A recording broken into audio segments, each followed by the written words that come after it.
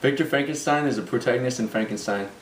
He is the doomed protagonist and narrator of the majority of the story. Studying an English slide, Victor discovers a secret in life and creates an intelligent but grotesque monster, but from who we really recognize in Dr. Grant is the primary protagonist of Jurassic Park, you see. He's a very knowledgeable man with a plethora of knowledge about dinosaurs, which helps him a lot during the movie. The monster is the antagonist in Frankenstein.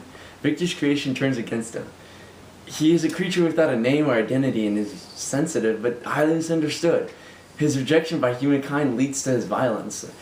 The monster is forced to hate humans because they're hating on him, and he sets out to kill his creator, Victor, for bringing him into such a harsh world. Dennis Nedry, the computer tech geek and dinosaur DNA thief, is the protagonist in Jurassic Park. He caused much chaos and grief for Dr. Grant and the others. He turned into a traitor and secretly met with Louis Dogson, who represented a rival genetics company of InGens. For a sizable amount of money, Nedry agreed to smuggle embryos of all 15 of the dinosaur species off Isla Nublar for Dogson. To do so, he had to shut down all the safety systems so he could avoid the electric fences and spying security cameras. With all the security gone, the dinosaurs began escaping from their pens and killing defenseless people.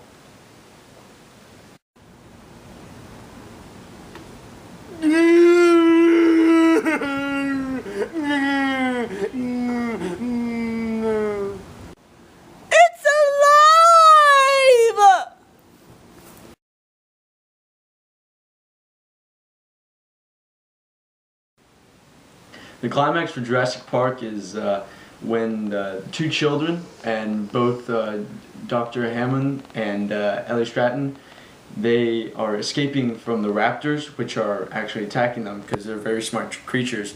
But right before they were about to be eaten, when the raptors ambushed them, a huge T-Rex just came in and just ate one of the raptors, which made the other raptor mad because it's kind of like a brother to him.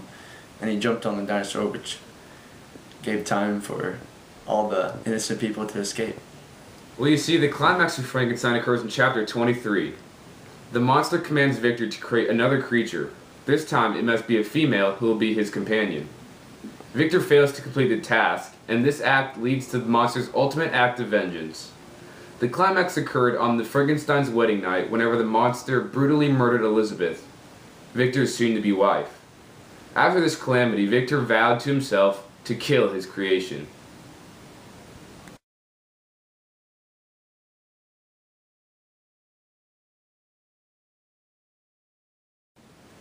The theme, the presence of nature, is evident in both the novel Frankenstein and the movie Jurassic Park.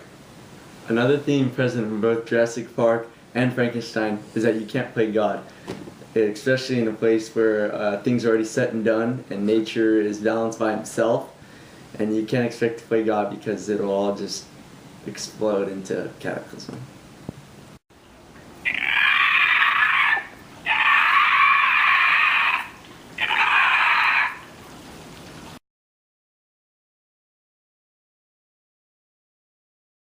In Jurassic Park, Steven Spielberg has given us a modern Frankenstein. But in Jurassic Park, the creator survives.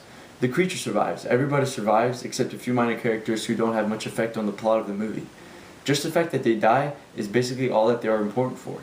Most of the characters who do die in Jurassic Park are so loathsome and unappealing that the audience does not want. And in Frankenstein, Frankenstein repents, of course. But his repentance is so lukewarm that it's hard to believe he knows what he's even repenting.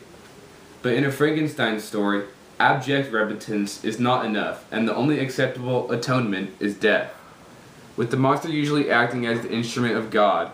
But Jurassic Park's Frankenstein lives. And in Jurassic Park, there is a rather happy ending.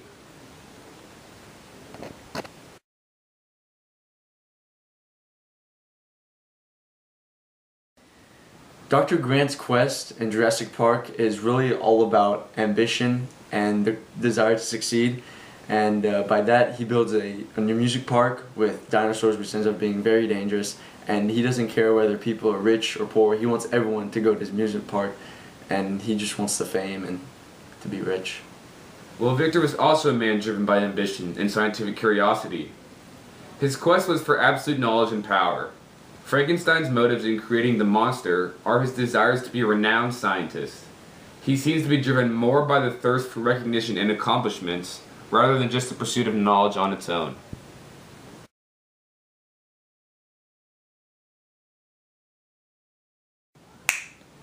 Man versus nature, Dr. Hammond.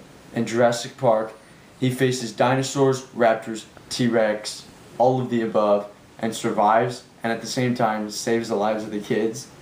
And conflict versus himself, man versus himself, Dr. Hammond has to choose whether the park is safe and whether he'll sign off to agree that Grant's park is safe or not. And at the end, he specifically says, "I don't think I'm going to do that for you." And then they jump in a helicopter and get the hell out of there.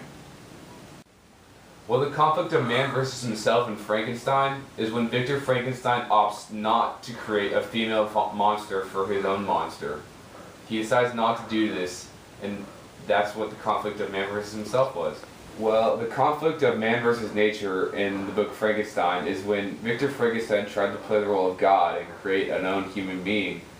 Nature basically didn't like that and fought against it, and the natural world didn't like the monster he created, and so the monster rebelled against the world, man. And so in essence, this is the battle of man versus nature in the novel Frankenstein. Run, Timmy! Run! Run! Run, Timmy! Run!